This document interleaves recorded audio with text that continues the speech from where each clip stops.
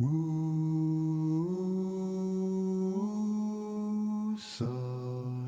wake up South Africa. You've been sleeping far too long. Wake up South Africa. Now come along and sing this song. Wake up South Africa.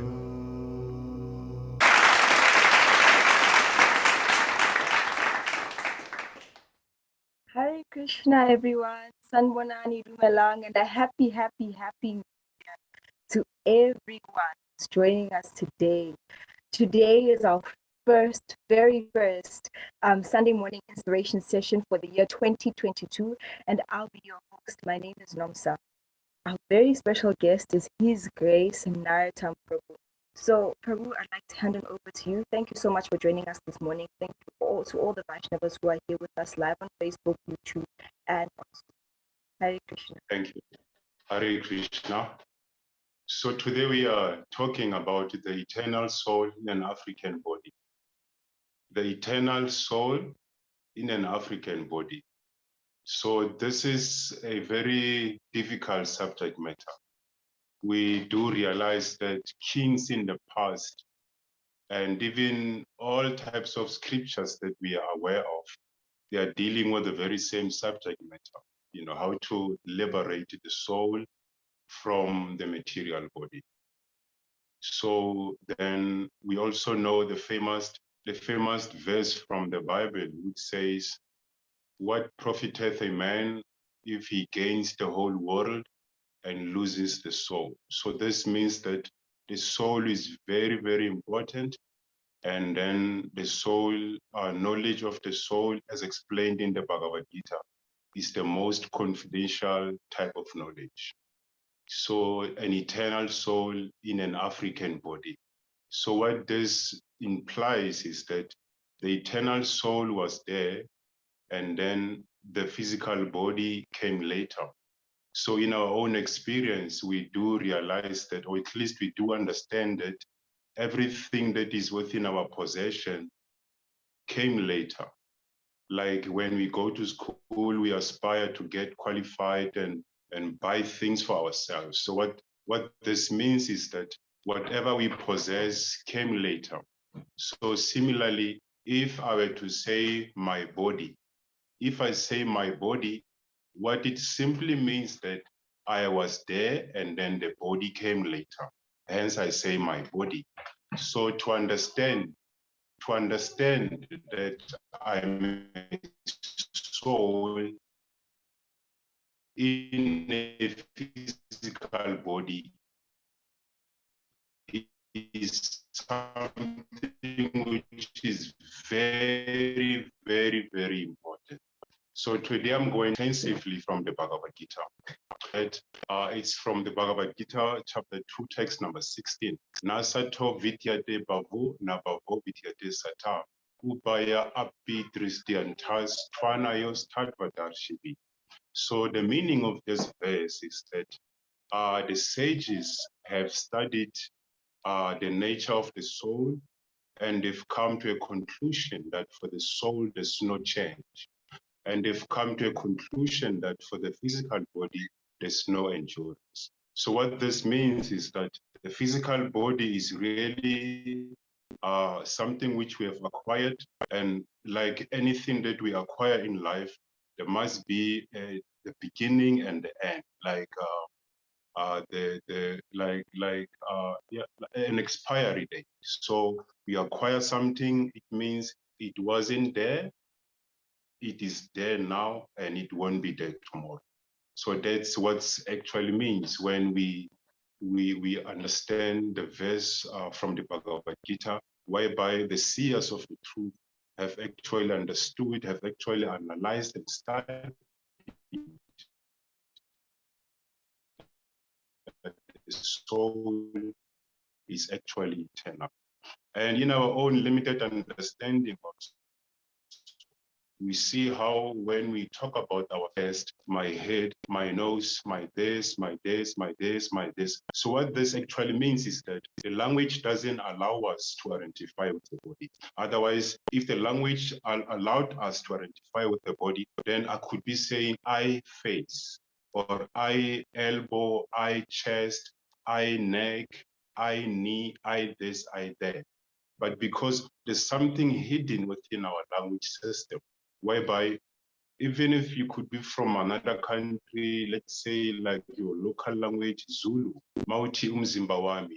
So the language kind of acknowledges that you own a physical body. Even Kasetswana, mmele wami, in Afrikaans, my liggaam. But not everyone is willing to question this phrase. Why are we saying this? Why do I identify with the body, but then at the same time, language seem to be rejecting the same type of understanding?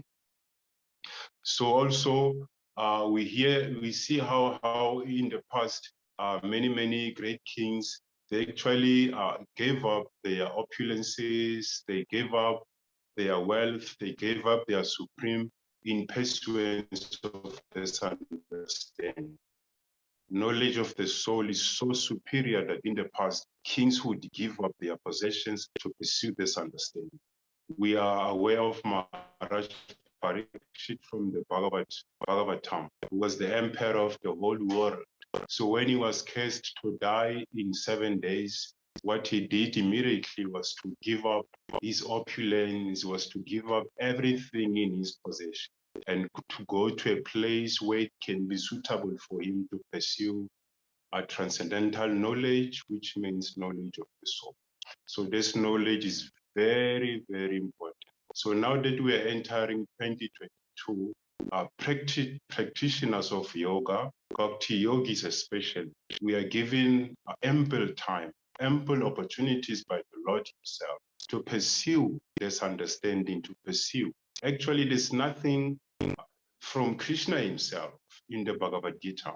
He's instructing Arjuna that Arjuna, matras parashas tu kaunteya shitosna sukha dukkha. Krishna is saying the non-permanent appearance of happiness and distress. So what Krishna is saying actually is that our experiences, the body itself is temporary, and our experiences with the body is also temporary. So within the body, you are going to experience happiness. Within this body, you're going to experience distress. So both these things are on the material platform, and both these things have to be tolerated.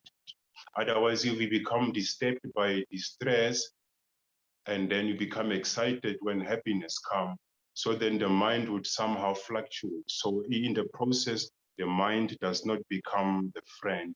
Instead, the mind becomes the enemy.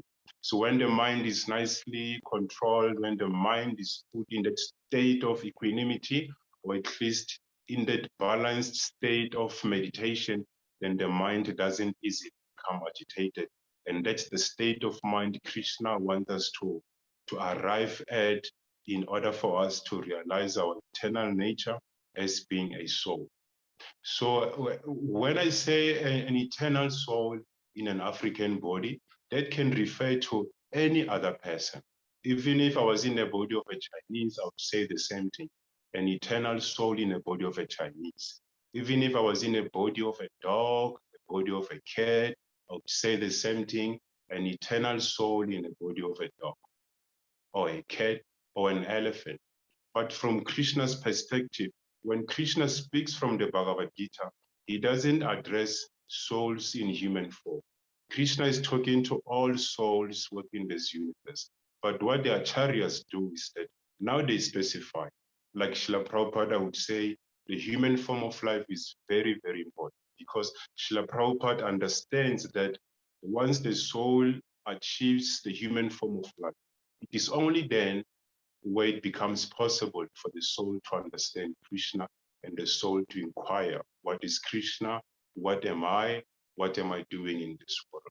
But from Krishna's perspective, when Krishna talks about this kind of understanding, when Krishna gives this knowledge to Arjuna, he's not specifying that this is meant for human beings. Krishna is just addressing all the souls.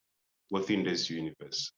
So after my reading of the Bhagavad Gita for some time, I've realized a few points that I would like to share with you. I've realized that though we identify ourselves with the body, we find it difficult to identify with the nature of the body itself. Most people who think that they are the body, they find it difficult to accept the nature of the body. They find it difficult. Just give me 1 second. 1 second.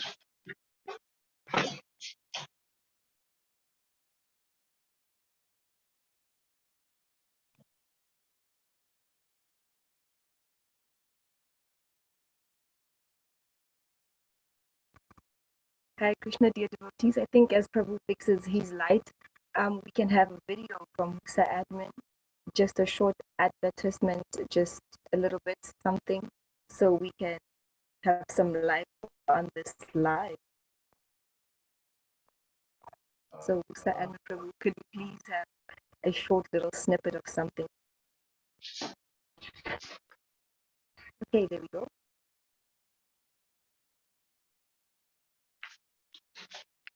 Okay, we do apologize for that.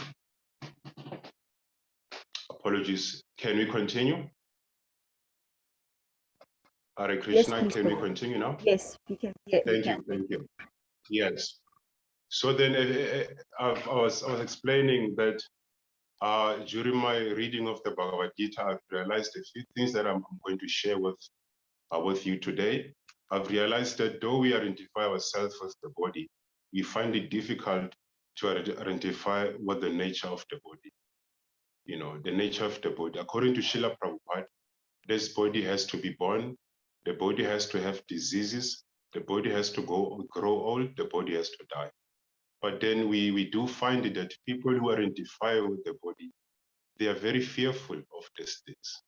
So there's never been a time in one's life like to kind of actually acquaint, or at least to get familiar with birth, disease, old age, and death. So what this means is that even though we are identifying with the body, it is from a very ignorant point of view. Because if you know you are the body, you would also understand that being the body, this is going to happen to the body. So as a result of that, you should be ready because you identify yourself with it. So why not be ready for what the body is going to give you? For example, if you think you are fire, but then you can't accept the heat and the light of the fire, it's an imbalanced understanding of the self, because now you think you are fire, but then you can't accept that there must be heat and there must be light. So it's a bit of an unbalanced type of identification. But when you think that you are the soul, at least when you know that you are the soul from authorized scriptures, it makes it easier for you to deal with the nature of the body. But then when you think you are the body, it becomes difficult to deal with the nature of the body. So point number 2 also, I've also realized that identifying with the body, you lose control over the body. Hence, understanding God becomes difficult. In all the scriptures, we hear of the do's and don'ts. Don't do this, don't do this, don't do that. Because if you identify yourself with the body, understanding God becomes difficult, because the body is forever going to demand, give me this, give me that, give me that. The body has got the senses. Now, if you think you are this body, it means also now satisfying the senses become your responsibility. And once you are absorbed in trying to fulfill the demands of the senses, you neglect God in the process. You see, so then hence the world today is so much devoid of God, or at least faith in God, because most people in this age of Christ, they are almost, so much absorbed in material progress, material advancement, to the point whereby thinking of God, or at least making time to meditate and to go to a place of worship, becomes so difficult. People are so much eager to put in some extra time at work, but people are not eager to put in extra time for their devotional service. The scriptures recommend that we love God with all our heart. But instead, what we do, we love so many things with all our heart, and we are willing to work so hard for so many things and spend so much time pursuing so many things. People are willing to travel to China, to America in pursuance of money and career. People go to Cuba for medicine, but people hardly go anywhere for spiritual growth. So this is some type of imbalance that when you think you are the body, then it becomes difficult to control the body. Hence, misunderstanding of God. Hence, the knowledge of God is so much a difficult thing because already we are identifying with that which is not. In the introduction of the Bhagavad Gita, Srila Prabhupada says we are not supposed to be threatened by dead matter. In other words, the body is not really supposed to be delaying us, delaying. So much delay has been caused as a result of the body. Human life is very short. We should be using it to pursue God. But the body, with its nature, has a tendency to delay our pursuance of God. And the demands of God, they've got no end. They'll keep coming until the last moment of. Some of these connections are not very strong. We apologize for that. But it also happens that within this world, we might get connected, but not really get the results, even though we feel so much connected. Like the very same topic of eternal soul in an African body. Many, they've been feeling like they've got some connection through some religious practice, but the very same connection doesn't really get them to realize that, what is the difference between the body and the soul. Yeah, so we apologize for that. So then we were giving some of my realizations since I started reading the Bhagavad Gita, and we were doing number 3. So I've also realized that since I've realized that identifying with the body is a type of punishment from God. Krishna in the Bhagavad Gita, chapter 10, text 10 says, Tisham satata yuktanam bhajatam pritipurvakam dadami buddhiyogam tam yenamam upayantite. What Krishna says here is that to those who constantly serve me, I give them knowledge. So this very same knowledge is the very same knowledge that helps us to understand the difference between the matter and spirit. In chapter 9 of the Gita, Krishna explains this knowledge to be the most confidential knowledge, the secret of all secrets. Hence, when we go out in the streets every day, the whole idea is to get people to understand this knowledge, because once people understand that they are not the body, they are the soul, then the beginning of the search for knowledge can begin.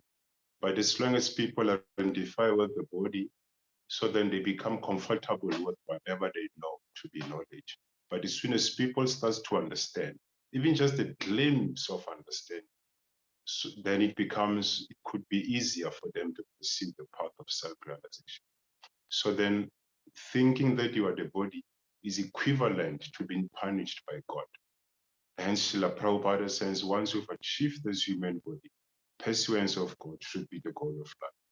If people don't pursue God whilst in the human body, so they are not different from an animal consciousness, because animal, they are only concerned about the body and the environment in which they live, and protection and of the body and maintenance of the body in general. So the other point which I've realized is that I've realized that since I call the body mind, everything that I call mind has a beginning and an end. You can think about anything that you call yours. They all have a beginning and an end. Even my mother calls me her son. So what my mother is saying is that the body belongs to her, because if the soul belonged to my mother, I should be worshiping my mother, you see. So there's an inherent understanding within our heart that even though I'm a son or I'm a child of my mother, I'm not supposed to worship my mother. So what this means is that even though I might not have been to school to understand this truth, within my heart, it is evident that my mother is not worshipable and that I cannot really worship my mother, even though it appears like my mother created me. So one other thing that I've realized is that everything that God calls his is eternal. God is even claiming us to be his eternal part and parcel. In the Bhagavad Gita, Krishna says, Mamaivam so jiva loke, jiva bhuta sanatana, manasasthani indriyani prakritisthani karshati. Krishna says the conditioned living entities in this world, they are struggling very hard with the sixth sense, which is the mind. Krishna says we are eternally his part and parcel. So everything that Krishna claims to be his is eternal. But everything that we claim to be ours is temporary. Hence, it doesn't really help us a lot to cling to our possession, to cling to that which we call ours, because at the end of the day, that which we call ours will only perish with the passing of time. So then, as we continue, we can also look into a few other points to actually make this point more clear. That when a man and a woman come together, then the soul enters the womb. Then when the soul enters the womb, within the womb of the mother, there's a system in place created by Krishna himself, whereby the soul gets covered by matter. So then when the soul finally comes out of the womb of the mother, the soul is sufficiently covered. But what the soul is covered with, Krishna says this covering belongs to me. In the Bhagavad Gita, chapter 7, 4 and 5, Krishna says, Bhumira pona lova yu kama no budirevacha, ahankara iti ame bina prakriti astada. So hence I say, everything that Krishna claims to be his is his eternal. So everything that we claim to be ours has a beginning and an end. My body has a date of birth. And then this date of birth also has to have a date of birth. So what this means is that our possessions are kind of influenced by a bit of, or at least you could say they're influenced by the illusory energy of the Lord. Because possessing anything that belongs to this world, it will remain here, whereas the soul in itself is eternal and it has got an eternal existence. So proof that I existed before entering the womb of my mother is that I don't worship my mother. It is proof enough that I did not, my origin doesn't begin within the womb of the mother. So then this idea of eternal soul in an African body, it has got a way of most people that I've met who are of African origin. They feel like this understanding belongs to the Indians. The fact that the soul is eternal, the body is temporary. They feel like this is a foreign understanding. And even sometimes, even if you try to explain to them that it's not actually a foreign understanding, within your own language, when you say my body, meliwami, you are somehow indirectly acknowledging that you're not the body, but still it becomes very difficult. Even this idea of understanding that within the body of animals, there is the soul, and that practicing yoga, bhakti yoga, or devotion to God, serious practitioners, they even avoid eating flesh as a result of understanding that within the bodies of animals also there's a soul. So this understanding also is categorized as an ancient or at least an Indian type of belief, something which is completely not in line with true knowledge, because the soul in itself, it can be perceived. And the processes of perceiving the souls are there in many scriptures of the world. Like we hear from the Bible, where it is said, Our Father in heaven, hallowed be thy name. So even though there is no purport to what happens when you are committed to hallowing the names of God on a day-to-day basis, the idea is there to meditate on God. Because once we meditate on God, then we become accustomed to thinking of God who is eternal. As a result of that, it awakens within us our own nature of eternity. So there's no way we can really realize our eternal nature without connecting with God. Hence, I mentioned earlier that identification with the material body is almost like a punishment from God. Hence, Krishna says, those who worship me, I give them this knowledge where they can free themselves from the body. So it's a punishment, it's an automatic punishment. Negligence to follow God, immediately you identify yourself with the body. There's also a verse in the Bhagavad Gita. Krishna says, Tesham evanu kampartam aham agyana japtama nasayami atma bhavastu jnana dipena prasvata. Krishna says to show them special mercy, I dwelling within the hearts, destroy what the shining lamp of darkness, born of ignorance. So within this world, we are born in darkness. Even the passage in this world is a passage that is also full of darkness. In the womb of the mother, I don't think there's light in the womb of the mother. On top of that, a baby, if you've seen the baby in the womb of the mother, the eyes are closed. So you can imagine entering a dark room with your eyes closed. It becomes so dark. And then also when you take birth, even if your eyes are open, you're still entering another type of darkness, because darkness is a place where there's no understanding of real spirituality. Darkness is a place, Srila Prabhupada says, this place is a darkness. This is a place of darkness because people are misunderstanding themselves to be the body.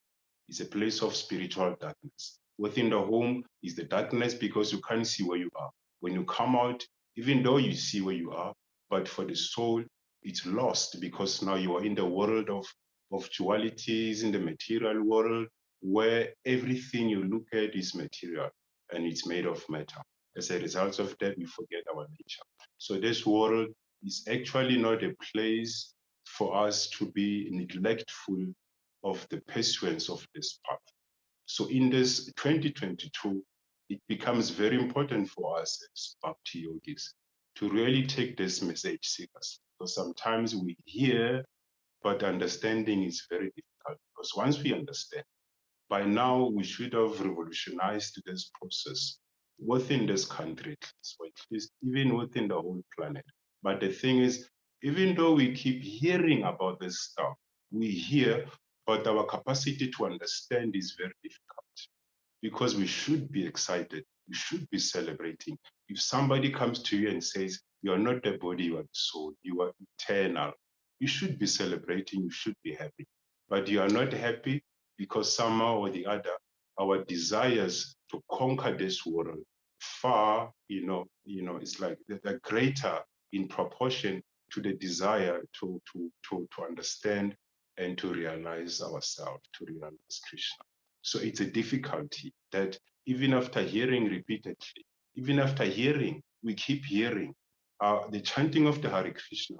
The whole idea why we chant Hare Krishna is so that we can peel off these different misunderstandings, these different misconceptions. We are peeling.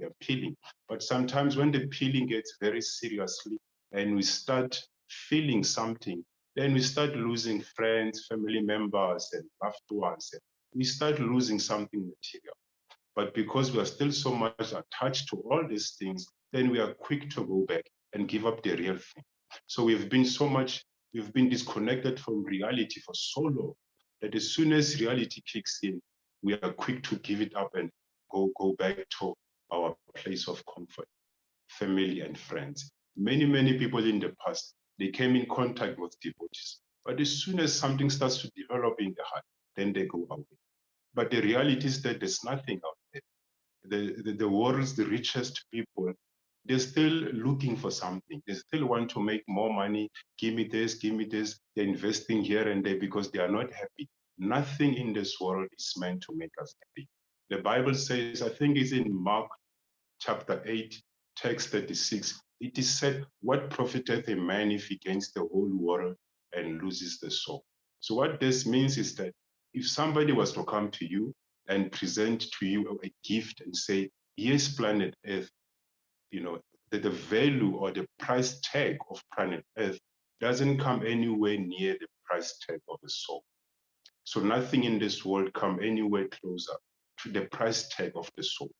The soul is far superior to everything of this world combined together. But still the living entity, because of being so much misguided, they kind of become so much ignorant of this truth, and lack of taste, lack of interest, lack of so many things. They are not just interested to understand the self. Hence, it is difficult to say to an African, you are not this body. So what this means is that you are not this body, even this culture which you call yours. It in all this food that you eat, the tradition, the dancing, everything, the dress code, everything, all these things combined together, they should be able to bring you to Krishna, because there's no other destination apart from Krishna. I'm a soul, you are the soul. The sense of I. Everyone says I. I. This sense of I, it can only find its origin with Krishna. We are different, I. You cannot, Srila Prabhupada says, in order to appreciate Krishna, in order to appreciate God, we cannot appreciate God by serving people. We have to appreciate God by serving God himself. So the only way forward for us living entities and souls engaged in this body, which in our instance is African body, the only way forward is to serve Krishna, because once we serve Krishna, we get to understand that this is the one body amongst many other bodies that we had in the past. There's one poster of Srila Prabhupada, is a quote from Srila Prabhupada, where Srila Prabhupada says, just give this one lifetime to Krishna. So from his perspective, Srila Prabhupada, a purely self-realized soul, when he says just give this one life to Krishna, what he's saying is that you've had many, many, many lives in the past. So just this one, give it to Krishna. But now, because our mind, we are not in this present moment is so much overwhelming, it's so much powerful, it's so much nice, we are so much absorbed in it. Even if somebody come and say, hey, you've been here before, you've done this before, you've tasted this before. We thank you so much, dear devotees, for joining us. Wishing you a very, very prosperous, blessed, and devotional service filled year. Happy 2022. We hope to see you participating in more of the WUSA programs this year. We thank you for your valued support in the last year. It has been an amazing year, all because of your participation, support, and just being around and these Sunday morning inspiration sessions and all programs that WUSA has throughout the week. From myself, wishing you a very beautiful Sunday, a blessed year, a blessed month, and yes, Hare Krishna.